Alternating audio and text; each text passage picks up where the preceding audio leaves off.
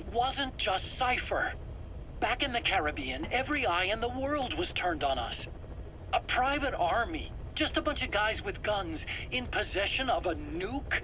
Why wouldn't they be uncomfortable? And that's why you made sure the inspection happened.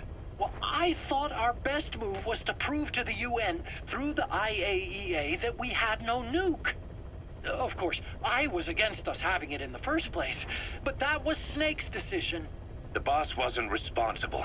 Well, don't get me wrong, I still believed in Snake. I thought I was making the best decision for all of us, that's all. I figured we should get a third party to exonerate us before proof of the nuke did get out. And who better to do that than an organization with international authority? So the truth is, you took it upon yourself to agree to an inspection arranged by the UN. Only the inspection was a ruse, and Cypher's strike force, XOF, showed up instead. I had no idea that would happen. Enough bullshit! Oh, sure, like I could have known. You know, I was just trying to prove our innocence to the world. What's wrong with that? We're not interested in the excuses you've thought up. The truth is objective. Just see it from my point of view. You led XOF to the control tower. They seized it, giving them complete control over the base.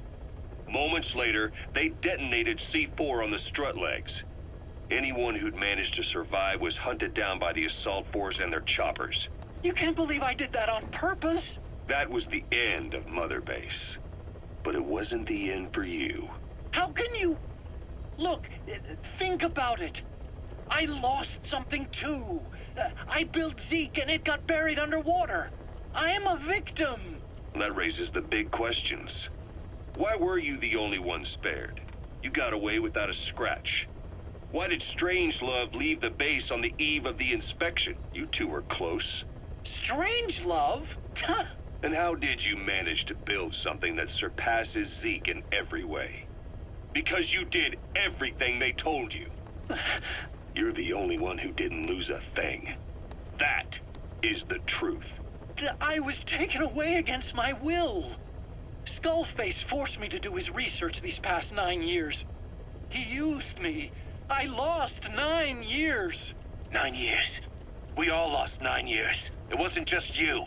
I suppose blaming me makes you feel better, does it? But who's gonna give me back all the time I lost? You're not getting anything back. You're not a victim here, Emmerich. You're the perpetrator. I didn't know anything. Nobody can back that up. Yeah, all the evidence is at the bottom of the ocean.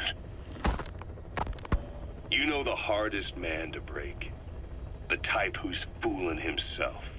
That takes time. It's easier to live a convenient lie than a painful truth. Is that the piece you've chosen, Doc? I'm not lying. Of course. Just let me check one or two things. On that day, you were in the control tower with them. Lucky you. That's how you got out unscathed. And you escaped on one of their choppers. Only you, right before the base went under. They had me blindfolded the whole time. I've never been so scared. The whole flight, I thought they'd kill me. But thinking of you kept me going. My comrades, all the way. And? There was a plane journey, and then we traveled by road. When they finally took off the blindfold, I was in kind of a warehouse, on the floor. Afghanistan, it was that research lab. I couldn't believe they'd taken me halfway around the world. And soon enough, he came. Skullface. He's the one who's really behind that Mother Base attack. He forced me into that research. What kind of research? He told me to build a bipedal walking tank for the Soviet Union. Like Peace Walker. A system that could fire an ICBM-class nuclear weapon. That's how the Sahelanthropus project got started. Sahelanthropus. Those AI weapons I'd made in Costa Rica were like toys by comparison. A whole world apart from reptilian four-legged crawling and that ridiculous hunched-over bipedal waddling. My design evolved to the dawn of mankind, Sahelanthropus, the first steps towards humanity. An upright, bipedal weapon system. Originally, Sahelanthropus was going to be a manned weapons platform. I designed a cockpit in its head, and I planned to fill it with water as a buffering agent. Like how Paz modified Zeke for human control. Don't compare me to some amateur. I designed it for human control from the beginning. The problem was miniaturizing the posture control AI. You remember the reptile pod? The AI that controlled your unmanned weapons. Attaching it externally makes it vulnerable, so this time I wanted it beneath the armor. Meaning I had to make the AI smaller. I got it down to less than 1/10 the size without any loss in computation speed. But it was still too big for the cockpit. There wasn't enough room for the pilot. If I made the head bigger, its body would have to be bigger to support it. Too big to be practical. In the end, human piloting was taken off the table. I tested a remote control system too, but there was the time lag, and I wasn't satisfied with its precision either. Plus, it would be useless if the enemy jammed it. So next, I went back to trying an AI-only system. To do that, I had the AI pods recovered from Nicaragua. This was a hybrid AI, a combination of Peace Walker's reptile and mammal pods. The only AIs that had ever successfully operated an unmanned nuclear weapons system. Really? You'd need some help to get that working. Expert help. Did you work with someone? I worked alone. You did that yourself? Well, that's the thing. The AI didn't pan out in the end either. But I did finally get Sahelanthropus walking by folding over its upper body to lower its center of gravity.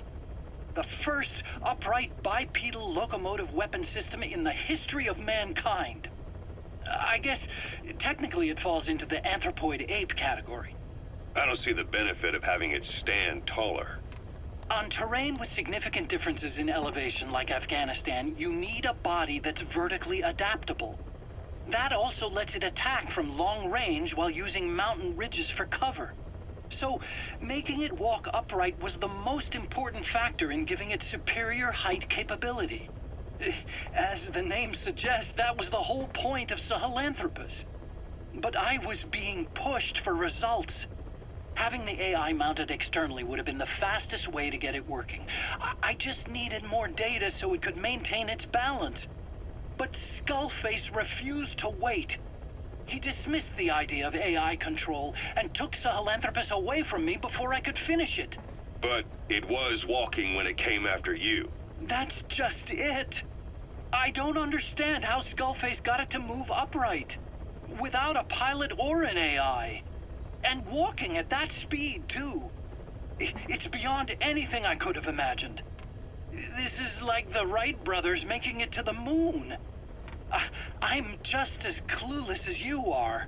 So this Sahelanthropus, where is it now? I have no idea. All my experiments took place at that cave. I've never seen it anywhere else. Besides, it's still just an incomplete prototype at this point, and nothing but a paper tiger. Even if it can walk, it's far from being a viable weapons platform. It wouldn't be useful in actual battle. Emmerich will remain here at Mother Base for now, but not as a member of Diamond Dogs. I still don't trust him. That work for you? Fine by me. He can't be allowed any contact with staff either. Yeah. A lot of the guys would love some payback for 9 years ago. We still need him alive. But we have to restrict his movements. He can only go where we tell him. And of course, the interrogations will continue. He worked for that skull bastard for nearly a decade. He still has more to tell us. How long are we gonna press him? If our investigation shows he really had nothing to do with the attack, we'll reconsider his place here. But I don't expect that to happen. Remember that water tank-shaped object in Emmerich's lab in the Soviet base camp? The thing that started talking to you like a possessed answering machine. That was a pod built for housing the AI used to control unmanned weapons. You remember, back in '74 in Costa Rica. It was in those machines you fought there. They were designated Pupa, Chrysalis, Cocoon, and Basilisk, and each of them was fitted with an AI unit called a reptile pod. Emmerich created it. It mainly handled the machine's posture control and autonomous behavior. But the Basilisk, aka Peace Walker, also featured a second AI pod. That one was called the Mammal Pod, and it was created by Dr. Strangelove. She tried to recreate the boss's personality through the Mammal Pod, but you pulled out its memory boards. That's when it transferred its own functions to its reptile pod. Just like a human brain compensating for damage by using the remaining healthy parts. The result was a unique entity, a hybrid of the reptile and the mammal. It sank to the bottom of Lake Nicaragua with Peace Walker. But apparently they salvaged it and transported it to that lab. Don't let it deceive you, Snake. It may sound like the boss, but it has neither a personality nor a will. Like Emmerich says, it's just a machine.